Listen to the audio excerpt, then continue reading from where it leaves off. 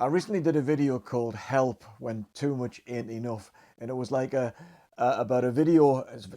It's about an album haul that I'd acquired throughout May and the first half of June, and it was just one of these regular videos where I'll just throw in one once in a while just to highlight a few interesting albums.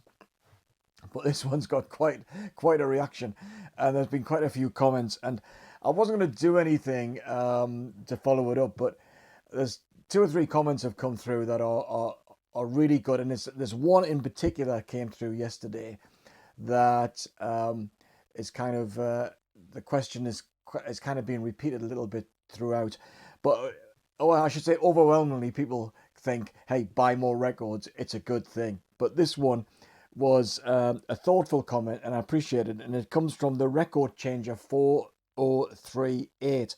And I'll put the comment on the screen. And he says here, I think it's a he, but you never know. Vinyl community, what do you expect? Excuse me for asking these questions, and I could ask it of almost anyone in the vinyl community doing these videos. But I picked you to ask. Well, thanks very much, the record changer. How can you afford all this? When can you find time to play all of it? And does it all get played more than once or twice, or does it get played, filed, and forgotten? I have a large collection, or so I thought until I started watching these videos. But when I worked for a living, I never had the time to listen to it all more than once. Even now that I'm retired, there aren't enough hours in the day. So how do you do it? And brackets, no disrespect intended, by the way, and none taken. I think it's a great comment. And it's a question for us long-term hoarders of vinyl and CDs. Let's just pick the questions one by one. And first one is, how can you afford all this? Okay, a couple of things.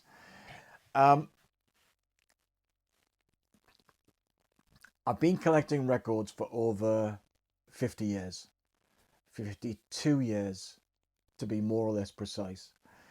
And what you see around here or anywhere else in the house are a few thousand vinyl LPs. But it's 52 years of collecting. And even though today when we buy a new album and it costs 25, 30 pounds or 35, pounds, dollars, euros, whatever it might be, most of my collection was acquired when vinyl was priced more sensibly, where on average I would say, let me just take a stab at it. On average, I think I've paid £3 for these individual LPs. £3. Many have come from the bargain bins. Many have come from sales. Many have come from, and most have come from being purchased way before the vinyl boom, the vinyl revival, as it were. So it's true. I can afford it, or have afforded it over the years. I've made it a priority because I'm really interested in music, and we don't live extravagantly. I don't smoke. I binge drink once every year or something like that. So I don't drink routinely. So we haven't got a big expense in terms of that. For the past 20 years, we've had young children and our growing children, and so our traveling and social life has been put back a little bit. So the disposable income, that disposable income that's been there to channel into buying music has kind of been quite a safe and luckily for us, kind of a sensible way of going about buying something that is enjoyable and distracting for us, or really for me, not my other half. So yeah, there you go. So most of it was cheap. When can you find time to play all of it? Well, I can't. It is an issue. I mean, firstly, I am retired now, And I've always decided personally to make time for myself. So even though I've been in a very long-term relationship, and we have our family and our friends, what's really important for me psychologically is to ensure that I've got some quiet time to myself. And I've got this fantastic room that's kind of away from everyone else. So if I want to steal an hour just on my own, then this is a great place to come. So because of that, because I've made the time for it, I do listen. Now, I've long ago stopped going to the movies. I binge on TV box sets, but not very often these days. I stopped doing that 5 or 6, 7 years ago. Went through a phase of that. As I say, don't go to the movies.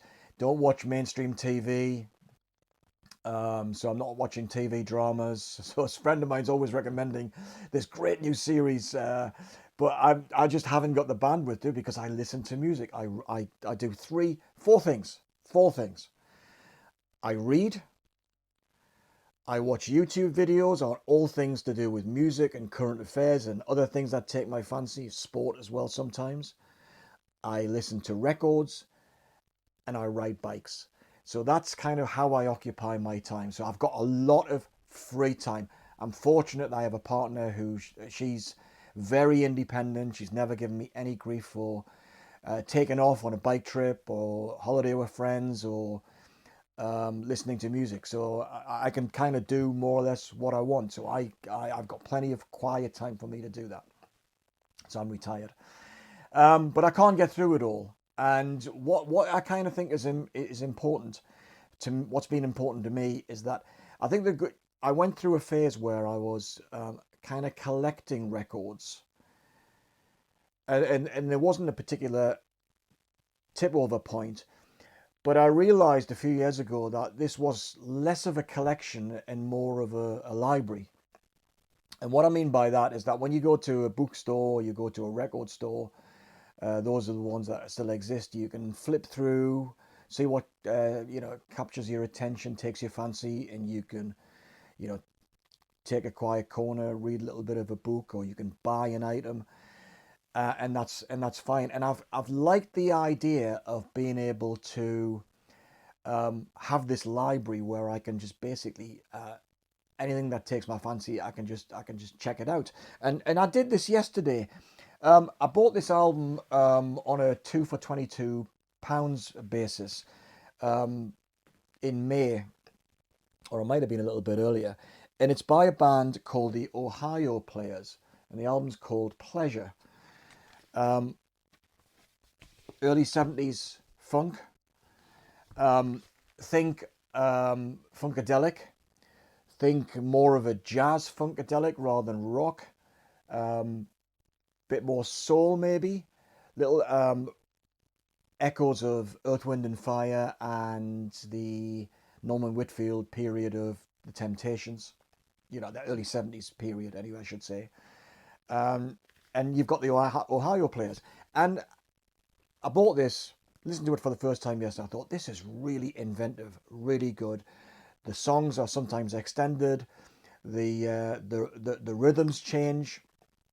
Times and signatures change. So it's not just straight ahead soul, as it were, but very inventive. Really liked it. And I thought, what else have I got?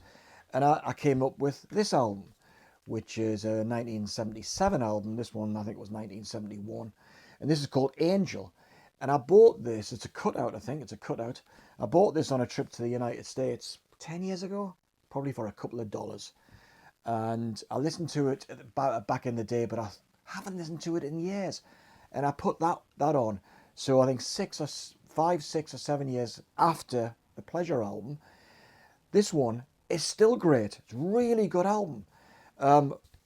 Very, very impressive band. It's not the sort of stuff I listen to regularly, but something triggered my attention, which was that new cheap album that I bought. It was lovely to be able to go to my library and say, I've got more there. So that's important to me. I like to be able to do that. But I don't get through everything, obviously. But one of the problems us people in the vinyl community have got, one of the difficulties we've got, is that if we decide to cull, those are quite tortuous. That's a tortuous decision-making process. What do you let go, only to find 5 years later, oh, I wish I still had that album. And there was a period in the late 70s where I sold a few albums or traded them in, handed over 10 to get credit for 2 or 3 alternative or newer albums. I've not really done it ever since. So this is a very old and maturing library I've got here. There was something else I was going to say in respect of that as well. It'll come back to me. Maybe it'll come back to me. But let's come back to this. There was a third question. Maybe I'll be reminded of it when I read it. Does it? So anyway, when can you find time to play all of it? Well, I can't, but I accept that for what it is. It's just one of those things where I can just go anywhere in my collection and pick up almost anything of stuff that appeals to me. Now, and what I was going to say, the alternative to that is to stream. But streaming has never been satisfying to me. Streaming has always been most effective as background music or music when I'm driving or doing chores, or I'm listening on the headphones if I'm doing a bit of gardening or something like that. So streaming's never been satisfying, and I don't want to pick up an Ohio Players album, just for example, and find I want to hear more of that and then go on Spotify, because I'm probably going to get bored after 15 minutes. So I like the idea that vinyl demands my attention and maintains my attention. So, does it all get played more than once or twice, or does it get played, filed, and forgotten? Occasionally, it does get played, filed, and forgotten. And I'll admit, sometimes it gets filed and forgotten without me even playing it, especially if I buy albums in in a bulk situation where I'll go to a record fair, or there's a frenzy of buying new vinyl. It doesn't happen very often, but it does happen. But normally I don't go through these frenzies more than once a year. So, I might buy 2 or 3 albums a month, but I don't normally buy, 60, 70 albums in such a short period of time. Does it get played more than once? Well, yes, it does. Not all of it, but the stuff I will go through a period of time where I'll be listening to, say, soul funk, or I'll be listening to ECM jazz, and I'll spend 2 weeks listening to my collection on ECM. I'll have a prog rock period when I'll be going through that. I'll be listening to front to back through, say, the Joni Mitchell catalogue, or Bruce Springsteen, or at the moment Elvis Costello and Leonard Cohen, which I'm going through at the moment. And to me, that's absolutely fine. Everything's been played more than once, apart from the handful that kind of miss the cut or get filed away. But you remember, this is a lot of time I've been able to enjoy my music. So it does get played, because that's what I do with my time, as I mentioned earlier. So how do you do it? Well, I feel like I've explained how I do it. So yeah, so I'm fortunate enough not to have sold vinyl. I'm fortunate enough to have bought the bulk of it when it was cheap. I have time. I'm retired. I've made music a priority in my life. And yes, I do listen and I do enjoy. And I don't stream. So when maybe other people will sit and concentrate on a movie for 2 hours, I will come in here and I'll do exactly the same to a series of albums, 3 or 4 nights a week, or sometimes like today during the day. So that's how I do it, really. But I have got this long-term problem, like many of us have, is that my family is not interested in the slightest in my vinyl collection, nor my CDs for that matter. So I don't know what will happen when I'm gone. Some record dealer will acquire a fantastic set of vinyl and CDs. I could at some point decide to liquidate it, but frankly, I'm not sure what else I would spend the money on. It's more important to me that I have this sanctuary, and I have this library from which I can pick just about anything that floats my boat. So there you have it. So I hope that answered the question and explains a little bit, and I'll see you on the next video. Yeah, okay, thanks for watching this one. Cheers for now. Bye bye.